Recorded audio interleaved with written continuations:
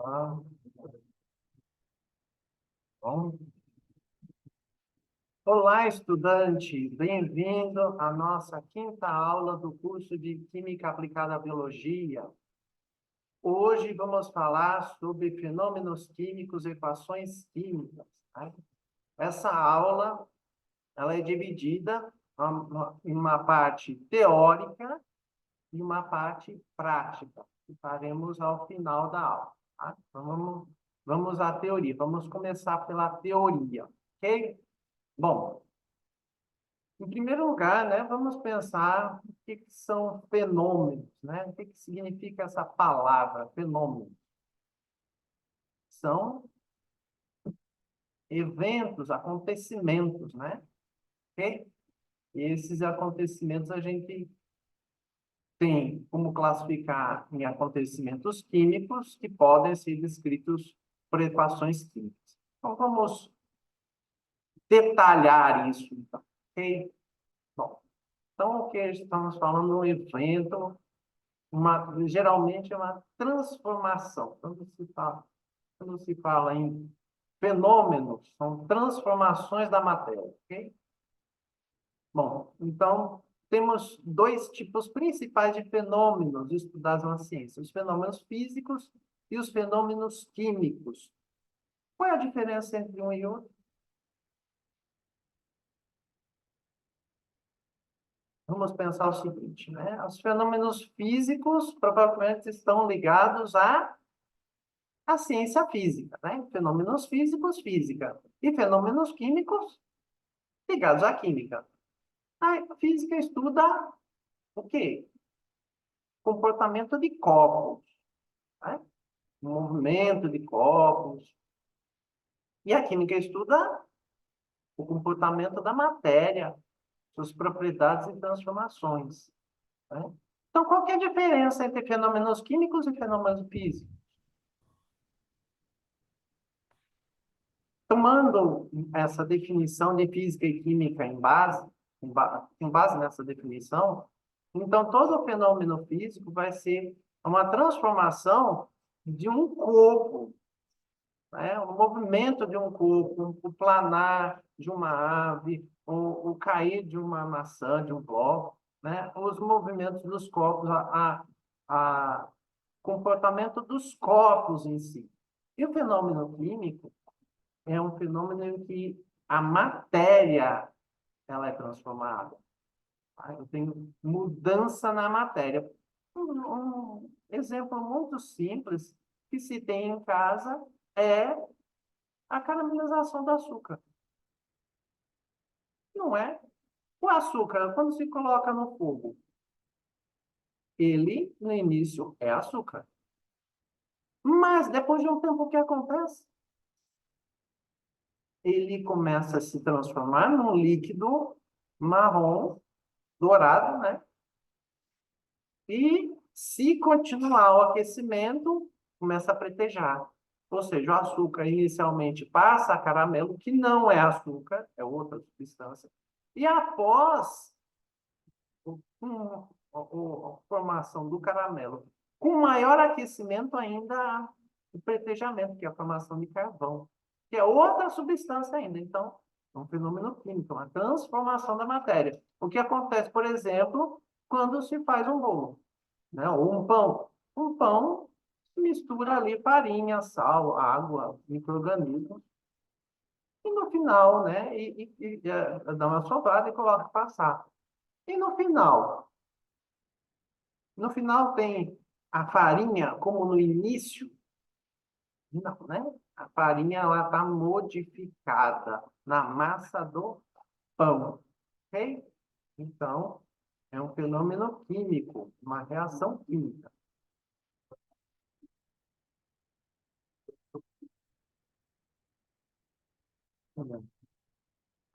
Então, as reações químicas, que são os fenômenos químicos, são as transformações da matéria, tá? São essas transformações que trouxeram a curiosidade para os cientistas elaborarem as bases da lei da química. Então, a base das leis da química é o estudo das reações químicas, das transformações químicas, dos fenômenos químicos, né? Os três nomes para os mesmos tipos de evento, ok? Então, a gente tem a alteração da natureza de um material, certo? Bom, então, como podemos identificar, né, o evento de uma reação química? No evento de uma reação química, existe, então, um procedimento, né? Pode ser um procedimento que ocorra naturalmente ou um procedimento manipulado pelo ser humano, ok? Em que existe a transformação da matéria, e a matéria inicial é chamada de reagente e a matéria final de produto. Podemos ter mais uma matéria inicial e mais uma matéria final. Tá? Então, com isso, teremos a transformação de reagentes em produtos. Tá? Um exemplo típico é a respiração celular. Essa reação química, ela é provocada pelo metabolismo de seres vivos. Tá? O que acontece na respiração celular? A glicose, ela é combinada com gás oxigênio no interior dos seres vivos e produz gás carbônico, água e energia. Tá? Então, essa reação ela é utilizada para os seres vivos captarem energia. Mas veja que a glicose, ela é reagente, depois ela não se encontra mais na transformação. Ela não é mais, ela glicose, né? Ela não é mais glicose, ela foi transformada por meio da combinação com gás oxigênio em outros compostos químicos, gás carbônico e água. Tá? Então, é uma transformação química, ok? E a transformação química, para facilitar a escrita, inclusive utilizando das formas dos símbolos que já falamos, ela é escrita na forma de uma equação química. A equação química é a forma de escrever, né? Então, a respiração celular, como estava no slide anterior, é uma forma simplista de escrever, porém não é ainda uma equação química, tá? A ideia é a mesma, reagentes produzindo produtos, tá? A equação química da respiração celular é inserindo, substituindo naquela expressão as fórmulas. A fórmula da glicose, a fórmula do gás oxigênio, a fórmula do gás carbônico, a fórmula da água, ok? Então, o que significa essa expressão? Que essa substância, glicose, reage com essa substância, gás oxigênio, e forma gás carbônico e água, e essa reação libera energia, ok? O que são esses símbolos aqui? Esses símbolos são inseridos quando a gente tem a equação mais detalhada, tá? Não necessariamente a gente precisa colocar esses símbolos, mas o que eles querem dizer? O estado em que a substância se encontra. Então, esse AQ significa aquoso, significa que está dissolvido em água, ou seja, uma solução em água, ok? G é gasoso, L é líquido e S é sólido. S não aparece nessa equação aqui, certo? Como nós sabemos que uma reação química ocorre, vamos pensar o seguinte: se existe a transformação da matéria, então temos novos produtos. Esses novos produtos têm propriedades diferentes dos reagentes. Tá? Esses produtos podem ter a mesma aparência dos reagentes ou não. Geralmente, é possível identificar a ocorrência de uma reação química por alguma forma, de algum meio, ok? Existem reações que não são perceptíveis, mas existem outras reações que são perceptíveis ao olho nu. Como que se pode perceber aí a ocorrência de uma reação química a olho nu? Temos, por exemplo, líquido. Um líquido, eu adiciono um líquido ao outro, né? Como vamos fazer hoje? Vamos adicionar uma solução de nitrato de prata uma solução de cloreto de sódio, tá? Ou também podemos pensar em outra reação, a reação do ácido acético com bicarbonato de sódio. O que acontece? Nesses dois casos, existe mudança de estado físico, tá? Dá para perceber que, a partir do líquido, a formação de um sólido ou gás. E não há mudança de temperatura, porque a alteração do estado físico, ele requer, naturalmente, né, se é uma substância pura, requer a alteração da temperatura. Para a água passar do estado líquido para o sólido, ela precisa congelar 0 graus Celsius em uma atmosfera. Para ela passar para o estado gasoso, ela tem que chegar a 100 graus Celsius em uma atmosfera e ultrapassar. Mas se a alteração da temperatura não ocorre, se é tudo a mesma temperatura ambiente, então é um indicativo de uma reação química, tá? A alteração da coloração do sistema, também vamos fazer uma reação hoje. Se são substâncias diferentes, a alteração da cor é um indicativo de reação química por quê? Porque se o reagente tem uma cor, o produto tem outra, então é porque houve a transformação, tá? Alguns casos, a emanação de calor, é, ou seja, a liberação de energia, como é o caso da respiração celular. Nem sempre. Às vezes a gente pode ter a dissolução de um soluto em água, por exemplo, e ter a liberação de calor. Isso não quer dizer que houve uma reação química, ok? É um indicativo, sempre indicativo, ok? Alteração da estrutura, como é o caso do pão, né? A farinha, no início ela é pulverulenta e no final torna-se aquela massa do pão, ok? Veja, então, reforçando, aqui são indicativos de ocorrência de reação química. Não é porque a gente observa algum desses eventos ou mais de um desses eventos que existe uma reação química, necessariamente. Okay? Por exemplo, quando se faz o chá em casa, né? Eu quero tomar um chá mate, um chá de capim-santo, mas como se faz?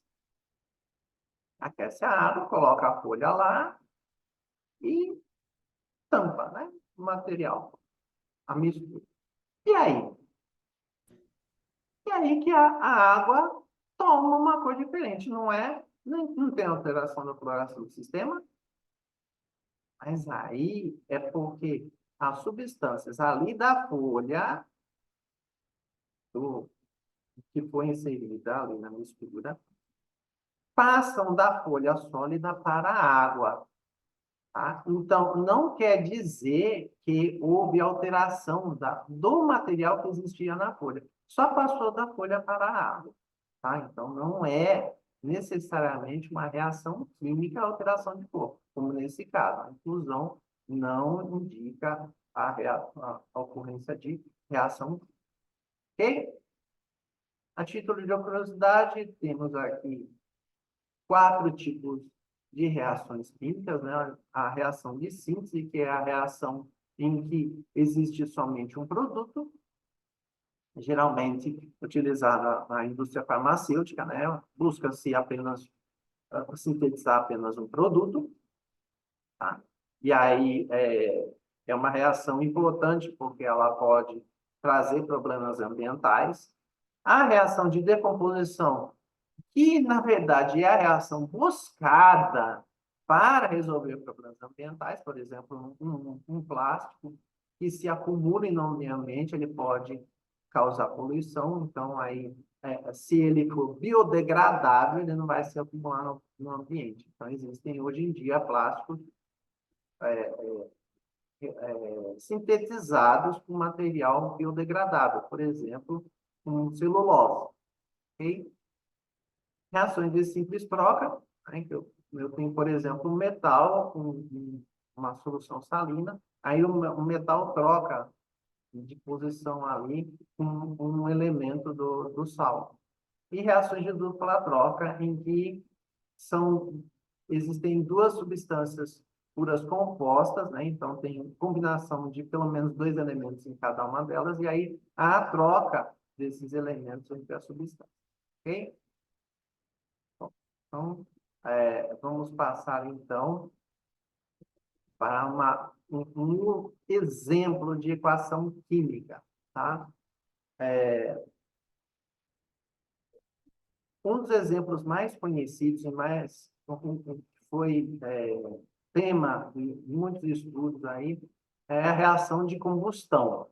Tá? A reação de combustão mais simples que existe é do carbono grafite, porque o diamante ele tem uma estrutura bem rígida, é muito difícil ele entrar em combustão, é mais fácil o grafite. Então, vamos pensar aqui no carbono grafite na forma sólida, tá?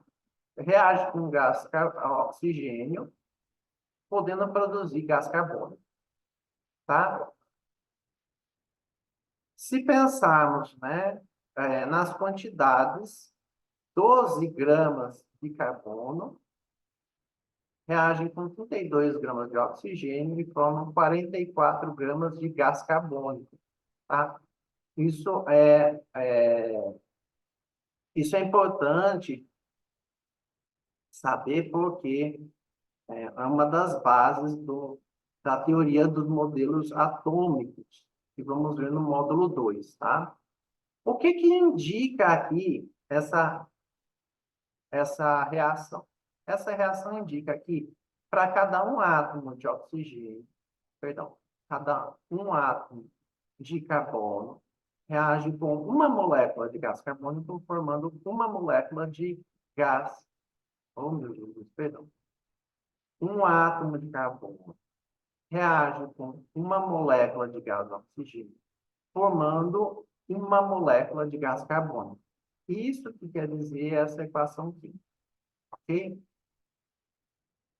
Lembra-se de mol? O mol é a quantidade como uma dúzia, 602 sextilhões. Se eu tenho um mol, um átomo de carbono, a proporção de um átomo de carbono, uma molécula de gás oxigênio, uma molécula de gás carbônico, então, se eu multiplicar por 12, a gente vai ter aqui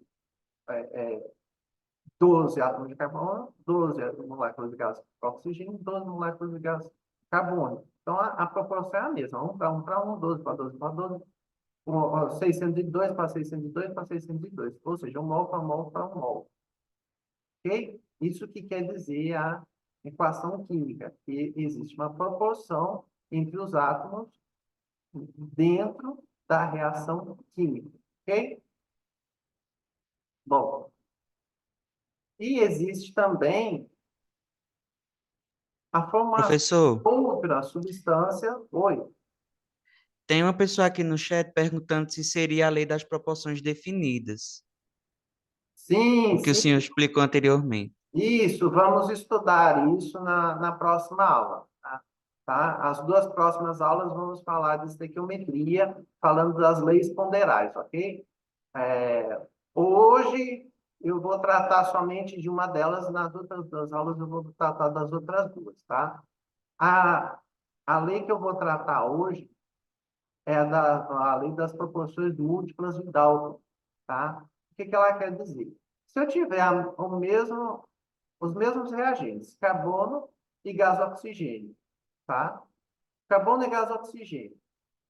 Eu posso ter uma outra substância sendo formada, monóxido de carbono, e não mais gás carbônico, tá? Isso depende de quê? Da quantidade de gás oxigênio. Veja aqui, eu vou voltar aqui no slide anterior, aqui tinha 32 gramas, tá? E agora existem 16 gramas, então é metade daquele mol, tá? E quanto seria a massa de monóxido de carbono? A massa de um mol, tá? Porque aqui a gente teria um mol, meio mol aqui seria um mol, né? Então, aqui seria 28 gramas, ok? Só que aqui, como é metade do mol aqui, eu não posso escrever a equação química dessa forma, concorda? Não posso escrever a equação química dessa forma, tá? Olha, veja. Aqui eu tenho 12 gramas, que corresponde ao mol de carbono, de átomo de carbono, né? Porque 12 é a massa do carbono, tá? Aqui tem 16, é metade da massa de gás oxigênio. Por quê? Porque 16 é correspondente a um átomo de oxigênio. E a molécula de gás oxigênio são dois átomos de oxigênio ligados entre si, tá? Então, é meio mol. E aqui, no monóxido de carbono, temos o carbono mais oxigênio, 12 mais 16, 28. Aqui dá um mol, tá? Essa equação aqui, dizemos que não está balanceada. Ela não está com as quantidades corretas de reagentes e produtos, tá? Não está obedecendo às proporções, tá? Então, para corrigi-la, a gente coloca aqui o coeficiente meio na frente do gás oxigênio, tá? Então, dois detalhes, né?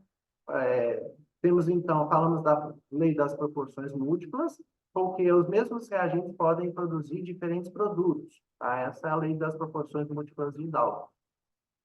O segundo detalhe é que, de acordo com as quantidades dessas substâncias, é que a gente vai ter o produto diferente sendo formado. Então, a equação ela é diferente, tá? E aqui, esse 2 aqui, do lado direito, embaixo, na parte inferior do oxigênio, da fórmula do gás oxigênio, indica que os dois átomos de oxigênio estão ligados, tá? A substância gás oxigênio. Esse meio indica a quantidade, tá? A quantidade. Qual que é o problema desse balanceamento aqui? E, geralmente, pensamos em termos de átomos e moléculas. Então, o que se lê nessa equação? Eu tenho um átomo de carbono reagindo com meia molécula de gás oxigênio e produzindo uma molécula de monóxido de carbono. Como é que o gás oxigênio pode ser formado por meia molécula? Isso não é possível, porque a molécula é a unidade da substância, gás oxigênio. Então, é preciso multiplicar tudo por 2, tá? Multiplicando por 2, vamos ter, então, que dois átomos de carbono reagem com uma molécula de gás oxigênio, um não aparece, não precisa colocar, formando duas moléculas de monóxido de carbono, ok? Então, aqui a gente tem duas vezes, né? Eu esqueci de colocar aqui no slide, duas vezes, e duas vezes, ok? Duas vezes quantidade de átomos de carbono, duas vezes a quantidade de seria a metade de um mol de oxigênio, ou seja, um mol de oxigênio, e duas vezes a quantidade de um mol de monóxido de carbono, ou seja, 2 mols. Então, a relação nessa equação aqui é aqui, de 2 para 1 para 2. Tá? 2 mols de carbono para 1 mol de gás oxigênio, formando 2 mols de monóxido de carbono. Ok? Bom, então, só a título também de curiosidade, existem alguns tipos de reações químicas, como a reação de neutralização, que é a reação entre um álcali ou base, como é o caso do hidróxido de sódio, ou do hidróxido de magnésio, que é um dos constituintes do leite de magnésia. Essa reação do álcali com o ácido, por exemplo, ácido clorídrico do estômago, tá? produz ó, uma substância chamada sal. Em química, sal não é somente o sal de cozinha, tá? E água, ok? Então, como que essa reação se procede? O OH da base se liga aqui, se combina com H do ácido, formando água, tá? E o restante é o sal. Percebam que aqui a equação ela já tem os coeficientes, ela está balanceada. Como que eu vejo que ela está balanceada? Aqui no lado dos reagentes tem um átomo de magnésio, no lado dos produtos, um átomo de magnésio. Vamos deixar oxigênio e hidrogênio para o final, porque eles sempre são, por conta da quantidade que existe na natureza, a gente deixa eles para o final, porque geralmente eles estão em uma quantidade muito grande nas equações. Vamos pensar aqui, o cloro, tá? No lado dos produtos, 2 átomos de cloro. Então, tem que ter dois átomos de cloro no lado dos reagentes, tá? Só colocar HCl aqui, vai significar um só. Então, por isso que eu pus 2. Esse 2 aqui são 2 moléculas de HCl, de ácido clorídrico, tá? Então, esse 2 aqui não participa da fórmula. Ele está indicando a quantidade de moléculas para ficar igual a dos produtos. Ok? Para que os átomos de cloro estejam em número igual aos dos produtos. E aí, feito isso, o que que acontece? A gente tem 2 átomos de oxigênio aqui. Aqui, se eu não colocar esse 2, a gente vai ter somente um átomo de oxigênio. Por isso que aparece esse 2, ok? E aí, colocando esse 2, então tem 2 moléculas de água, são 2 moléculas de água, não é uma só, tá? É a quantidade de moléculas de água. Temos, então, 2 hidrogênios mais 2 hidrogênios, 4. 2 vezes 2, 4. Ok? Bom, outra reação de oxidação-redução, que são reações semelhantes aí às reações que combinam Professor, com oxigênio, tá? Por exemplo, a do enferrujamento. Liga. todo ácido tem o hidrogênio na sua composição? Oi? Todo ácido tem o hidrogênio na sua composição? Conforme a teoria de Arrhenius para ácidos ou a teoria de Brown-Spiegelore para ácidos, todo ácido deve ter hidrogênio em sua composição, tá? Existe uma terceira teoria que não necessariamente precisa, mas dentro dessas duas teorias, tanto da Arrhenius quanto da de Brown-Spiegelore, precisa ter hidrogênio na composição para ser ácido, ok? Ok. Voltando então à reação de oxidação-redução, é toda a reação em que as substâncias se comportam como, uma delas se comporta como gás oxigênio e a outra se comporta da mesma forma como se tivesse na presença de gás oxigênio. Tá? Por exemplo, a reação de enferrujamento, né? A formação de óxido de ferro. Ok? É interessante pensar nesse tipo de reação porque existem problemas em misturar produtos químicos em casa, né? Principalmente a mistura de água sanitária com outro produto químico, porque pode produzir produtos tóxicos, tá? Então, evitem ao máximo misturar água sanitária a outro produto químico, tá? E uma última reação em que eu trago de exemplo aqui é a reação de complexação. A reação que está envolvida, por exemplo, na limpeza do shampoo, existe uma tal substância, de sigla EDTA, um nome bem grande, ácido etileno diamina tetracético. Mas o que importa saber é que esse EDTA, ele remove metais que podem danificar o cabelo, né? Por isso que ele é utilizado ali no shampoo. Então, ele remove esses metais limpando o cabelo, né? É a reação também para formar a clorofila, a reação que existe o magnésio dentro da porfirina, é uma reação de complexação, é a do ferro dentro da hemoglobina também. Ok? Abrir uma segunda parte para essa aula para explicar a parte prática. Ok? Então, Dante, até já. A gente já se vê na segunda parte da aula. Então, vamos fazer um intervalinho de 5 minutos. Ok? Até já.